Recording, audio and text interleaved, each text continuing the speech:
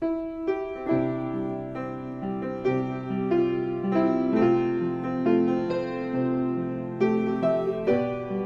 pada hari ini, yaitu mengenai barang siapa yang menang.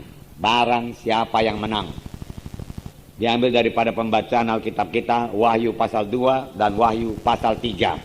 Berkali-kali firman Tuhan mengatakan barang siapa yang menang, dan banyak sekali janji Tuhan yang indah-indah bagi pemenang-pemenang, bukan bagi yang kalah, bagi yang menang. Dan Tuhan mengendaki sidangnya berkemenangan. Tuhan mengendaki anak-anaknya berkemenangan. Saudara dan saya berkemenangan. Kalau dikatakan menang, berarti ada peperangan, ya.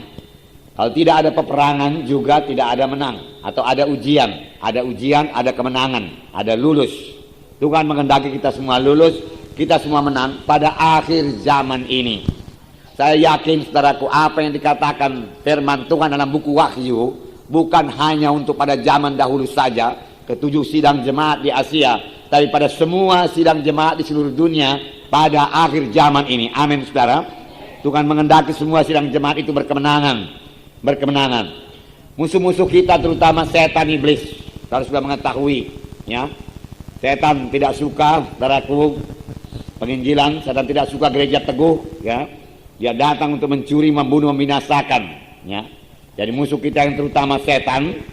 Musuh kita juga kehendak daging dan duniawi, saudaraku, yang berperang melawan jiwa. Karena setan mengetahui, dan firman Tuhan berkata, kalau kita hidup menurut kehendak daging, kita akan mati kelak. Tetapi kalau dengan roh itu kita mematikan perbuatan tubuh, kita menang, kita hidup. Amin, saudara. Jadi setan, dunia, ya, dengan segala daya tariknya, keinginan mata, seperti firman Tuhan minggu yang lalu, ya, keinginan daging, keinginan mata, hidup dengan jemawa, semua itu musuh-musuh kita yang bisa membuat kita kalah. Oleh sebab itu dikatakan barang siapa menang. Tuhan mengendaki kita semua menang, dan Tuhan memberikan semua kelengkapan yang kita butuhkan untuk menang. Dunia musuh kita, kehendak daging musuh kita, dosa musuh kita, ya. Setan selalu menggoda untuk jatuh kepada dosa, ya. Tapi kita harus tegas menjawab, tidak, tidak, tidak. Aku mau menang. Aku mau menang. Aku tidak mau berdosa. Aku mau menang. Aku mau menang. Jadi barang siapa yang menang, ya. Jadi kita akan melihat firman Tuhan dalam buku Wahyu ini, disampaikan Tuhan Yesus kepada 7 jemaat di Asia Kecil.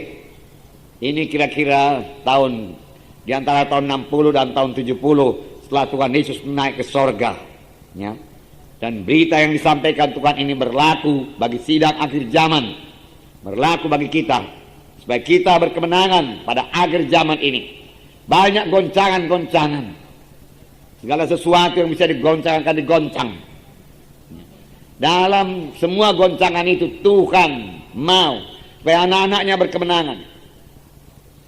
Jangan sampai gejolak ekonomi seperti ini membawa kita renggang dengan Tuhan, tidak. Bahkan sebaliknya membawa kita lebih banyak berdoa kepada Tuhan, karena sumber kita sebenarnya bukanlah dari dunia, sumber kita dari Tuhan. Amin, saudara. Sepanjang kita mengenapkan firman Tuhan, Tuhan tidak akan memberikan kita kekurangan. Saya percaya firman Tuhan yang berkata, Tuhan itulah gembalaku, takkan kekurangan aku, berlaku bagi segala zaman, termasuk zaman akhir. Memang ini bukan waktunya hidup bermewah-mewah, bahkan kepada anak-anak Tuhan tidak pernah Tuhan berkata untuk hidup mewah, tidak, saudaraku. Hidup sederhana, amin, saudara. Tapi berkecukupan, bahkan berkelimpahan. Tuhan berkata, ada makan pakai cukuplah, puji Tuhan, dan kita boleh terus mengerjakan pekerjaan Tuhan.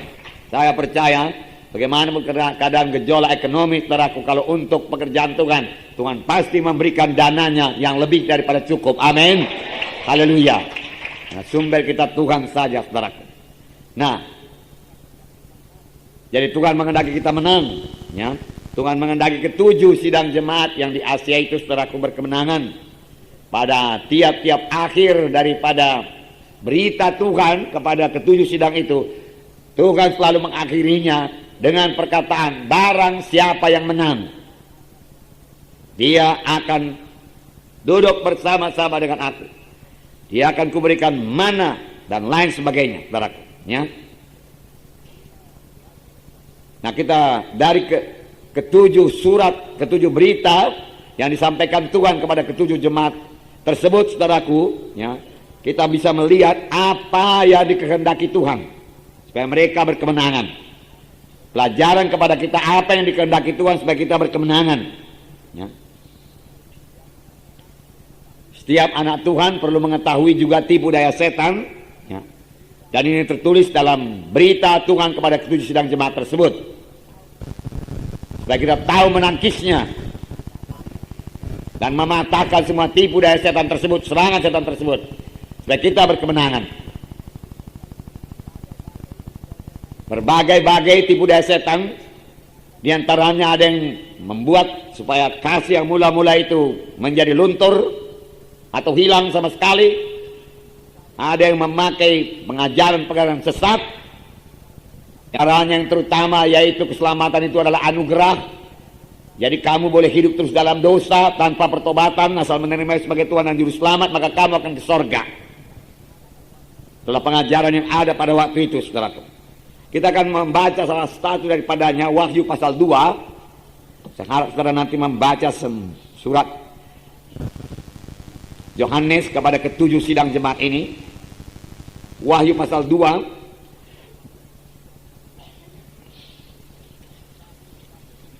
Ayat 1 sampai 7. Mari kita baca bersama-sama. Wahyu pasal 2 ayat 1 sampai 7. Tuliskanlah kepada malaikat jemaat di Efesus. Inilah firman dari Dia yang memegang ketujuh bintang itu di tangan kanannya dan berjalan di antara ketujuh kaki dian emas itu.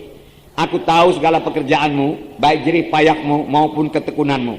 Aku tahu bahwa engkau tidak dapat sabar terhadap orang-orang jahat, bahwa engkau telah mencobai mereka yang menyebut dirinya rasul, tetapi yang sebenarnya tidak demikian, bahwa engkau telah mendapati mereka pendusta, dan engkau tetap sabar dan menderita oleh karena namaku, dan engkau tidak mengenal lelah. Namun demikian aku mencela engkau, karena engkau telah meninggalkan kasihmu yang semula. Sebab itu ingatlah betapa dalamnya engkau telah jatuh. Bertobatlah dan lakukanlah lagi apa yang semula engkau lakukan. Jika tidak demikian, aku akan datang kepadamu, dan aku akan mengambil kaki dianmu dari tempatnya, jikalau engkau tidak bertobat.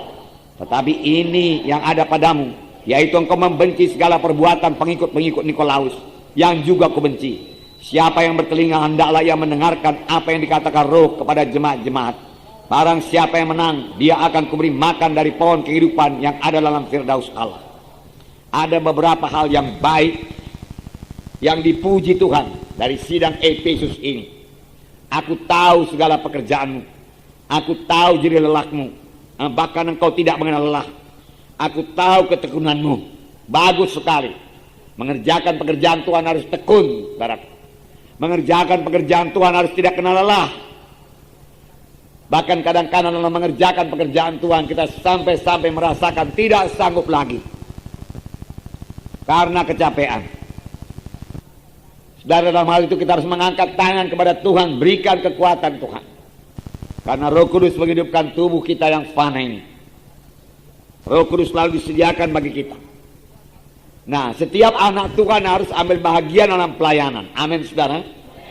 Bukan hanya pendeta-pendeta, guru-guru, gembala-gembala, penginjil-penginjil, saudara. Nah, rasul-rasul, nabi-nabi, bukan. Ya, semuanya kita mengambil bahagian dalam pekerjaan Tuhan. Entahkah sebagai pembimbing, pelayan, dan semua kita juga harus menjadi saksi Tuhan. Hanya dengan demikian saja kita bisa memberi buah kepada Tuhan. Yaitu jikalau kita melayani. Tanpa melayani kita tidak akan memberi buah. Saudara berkata buah itu maksudnya buah Roh Kudus. Kalau saudara teliti buah Roh Kudus, saudaraku, saudara itu mengajak kita untuk melayani, memberi buah kepada Tuhan. Sering saya katakan kalau hanya pendeta-pendeta, penginjil-penginjil, saudaraku, dan beberapa pekerja-pekerja gereja saja yang diharapkan untuk mengenapkan perintah agung yang berkata, pergilah kamu ke seluruh dunia, beritakan Injil ke seluruh dunia, jadikan sekalian bangsa muridku, ya, baptislah mereka dalam nama Bapa, Anak, dan Roh Kudus. Aku menyertai kamu sampai kepada kesudahan alam. Kalau ini hanya dikerjakan oleh pendeta-pendeta saja, penginjil-penginjil saja, tanpa diikuti oleh semua anak-anak Tuhan, kapanpun Yesus tidak akan datang. Karena amanat agung tidak akan pernah digenapkan. Semua kita ikut mengambil bahagian. Amin, saudara.